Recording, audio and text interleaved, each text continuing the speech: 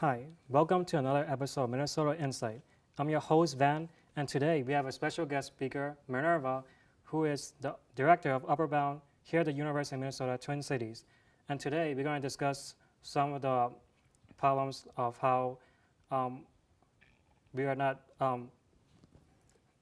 discuss about how our government is not funding. The racial achievement gap has not improved in the past decade, and part of it is because the funding for our education has moved elsewhere, and Minerva is going to discuss why it's affecting us all. And to start off, could you tell me about yourself as a role as the director of Upward Bound? Yep. So again, my name is Minerva, and I'm the director of the Upward Bound program here at the University of Minnesota. I've been doing that now for a little over 3 years, but Minnesota came into my life in '99, and Trio Upward Bound came in 2000, and so it's been in my life for pretty much the exact time that I've been here. But basically what I do is I run a high school program that serves low-income first-generation high school kids who are all college-bound. So they all want to go to college, and they all have the background that puts them in a situation that disadvantages them from, one, gaining access, and then two, being successful there. So really our goal is to take students that weren't traditionally going to college, low-income first generation, and by nature of the students that we serve in Minneapolis, we have a lot of students of color.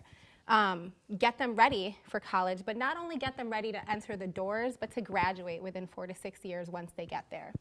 So going on to that topic, so Upward Bound is a college prep program, as you say, which aims to help disadvantaged students who tend to be from a very diverse background. Correct. Could you tell me, is your program affected by No Child Left Behind? I mean, not directly, right? So there's no language within the No Child Left Behind Act that targets TRIO programs, right? So Upward Bound is one program within this conglomeration of TRIO programs that all serve at different levels throughout the educational spectrum, low-income first-generation students. So there's no language specifically targeting TRIO. However, what we do see is that there wasn't like the government added more funds to this whole education game. They just made more programs fight for the same money, and then they moved a lot of the money that was serving TRIO programs away from it.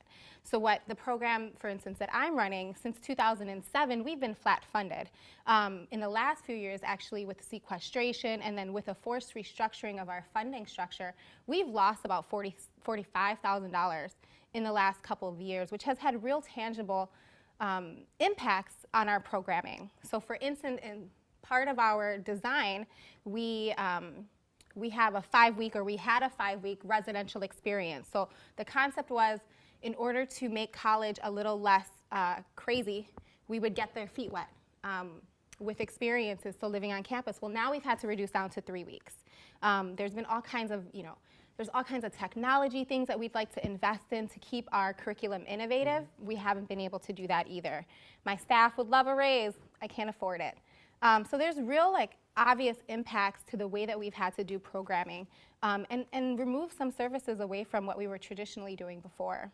This sounds very unfortunate, but wrapping things up, could you tell audience, people who is watching at home, what we can do to help support this? I mean, as I say with all of our students that come through the program, and our parents and our alumni, is we really need to be more active in participation with the civic process. We need to voice our stories. We need to tell people more of the impact TRIO has had educationally.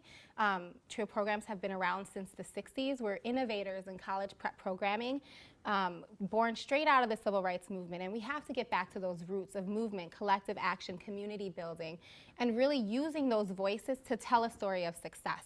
And perhaps that's where a lot of the question marks lie, is that those stories aren't always right at the forefront of what we do.